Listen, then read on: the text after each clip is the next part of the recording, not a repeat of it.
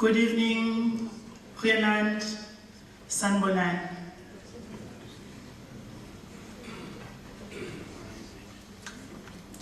Thank you for inviting me to be part of this important interfaith dialogue and colloquium focusing on defining an ethical vision for the role of religion in South Africa. I'm encouraged to see faith-based individuals and organizations claiming their rightful place in rebuilding a social conscience for our nation, which is rooted in the concept of a shared humanity. In the African context, this shared community is referred to as Ubuntu. I believe this is a global concept of common values which interface our current turbulent world. Faith-based organizations united and took a stand against apartheid. The South African Council of Churches joined the struggle, stimulating the declaration of apartheid as a heresy by the World Council of Churches. The people of faith were acting out their belief and religious doctrine that all people are equal before God.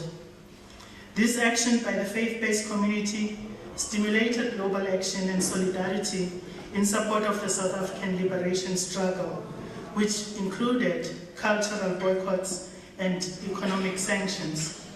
The interfaith approach to our social issues arose and was strengthened during the years of struggle. The fact that it has survived to this day indicates its importance in ensuring our country remains true to the foundations of our constitutional democracy, informed by a collective national moral compass. The aim of this colloquium is about sharing our thinking about issues of ethics and morality. In this regard, I wish to share from my Quaker and African philosophy roots.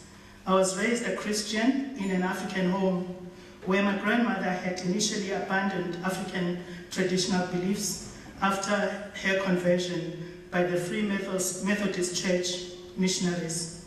I later became a communist and questioned the role of religion, which we regarded as the opium of the poor. At university, I was drawn to philosophy, the study of knowledge, or thinking about thinking, which gave me the analytical tools I needed to analyze and understand the world.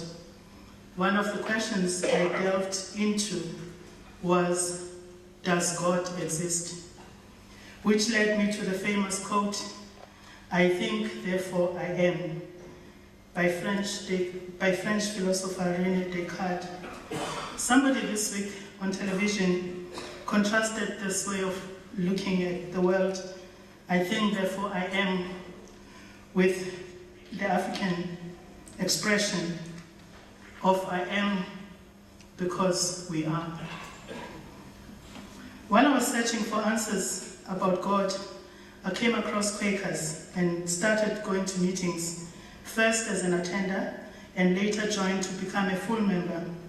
I was attracted to the non-hierarchical structure and the belief that God speaks through all of us and that we must respond to that of God in others. Quakers are members of the Religious Society of Friends, a faith that emerged as a new Christian denomination in England during a period of religious turmoil in the mid-1600s and is practiced today in a variety of forms around the world. Even so, there are more Quakers in Africa than anywhere in the world. To members of our faith, the words Quaker and friend mean the same thing.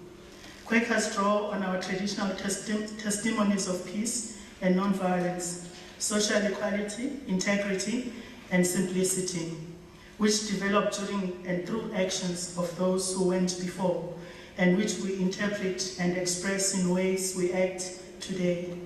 Quakers believe in an active, involved, faith-based community living in a modern world. I was particularly drawn to Quaker rejection of violence and war, especially at a time in our country when others in the liberation movement were arguing in favor of a just war. Quakers believe that violence breeds violence and therefore reject all wars and preparation for war. So when I was appointed Deputy Minister of Defense, there was much discussion about whether a Quaker could lead a military institution.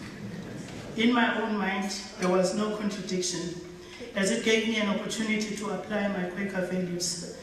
I found the concept of human security a dynamic and practical policy framework for addressing widespread and cross-cutting threats facing governments and people. Recognizing that threats to human security vary considerably across and within countries and at different points in time, the application of human security calls for an assessment of human insecurities that is people-centered, comprehensive, context-specific, and preventive. We heard just now about poverty and how that breeds violence and hopelessness. And this is what we must address. Our country doesn't face any external enemies. Such an approach helps focus attention on current and emerging threats to the security and well-being of individuals and communities. Furthermore, by identifying the concrete needs of populations under stress, human security directly and positively affects the daily lives of people threatened in their survival, livelihood, and dignity. While in the Ministry of Defense, I co-wrote an article on developmental peacekeeping, an approach to peacekeeping that seeks to address the economic issues, causes of violent conflict. This approach centers on dismantling the war economy. And I think until we've done that, we will not know peace, and the cycle of violence will continue. Quakerism has a long genealogy of concern, thought, and action with regard to economics.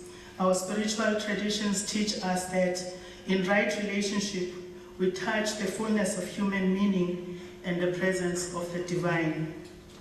As we consider an ethical vision of the role of religion in South Africa, we must address the issue of economic injustice and what can be done about it.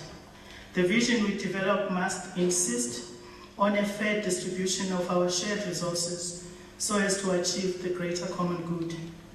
Quakers believe a peace testimony that does not address economics in a major and sustained way is not a fully developed or spiritually accountable witness. In line with the concept of the greater common good, the Quaker peace testimony, economics, and the common good is about elevating areas of human policy and practice into this zone of right relationship. Because economic behavior is so often excluded by policy from the zone of right relationship, it is a primary area of injustice, conflict, violence, and war.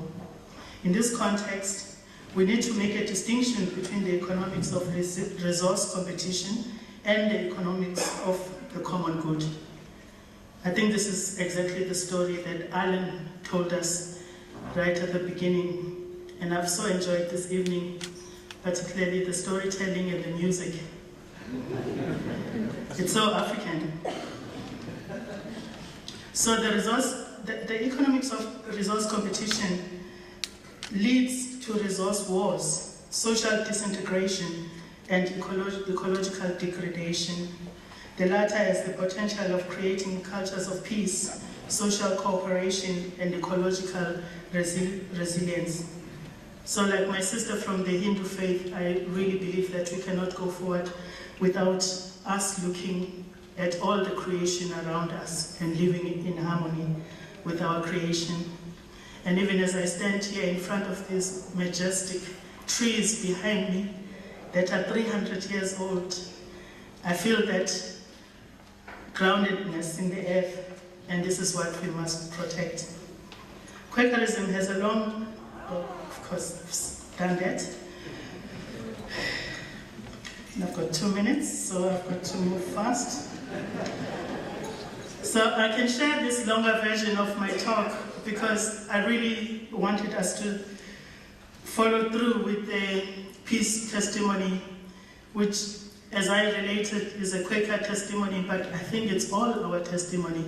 I've heard it said right through by the panel that we can't allow others to die in the presence of so much wealth in our country.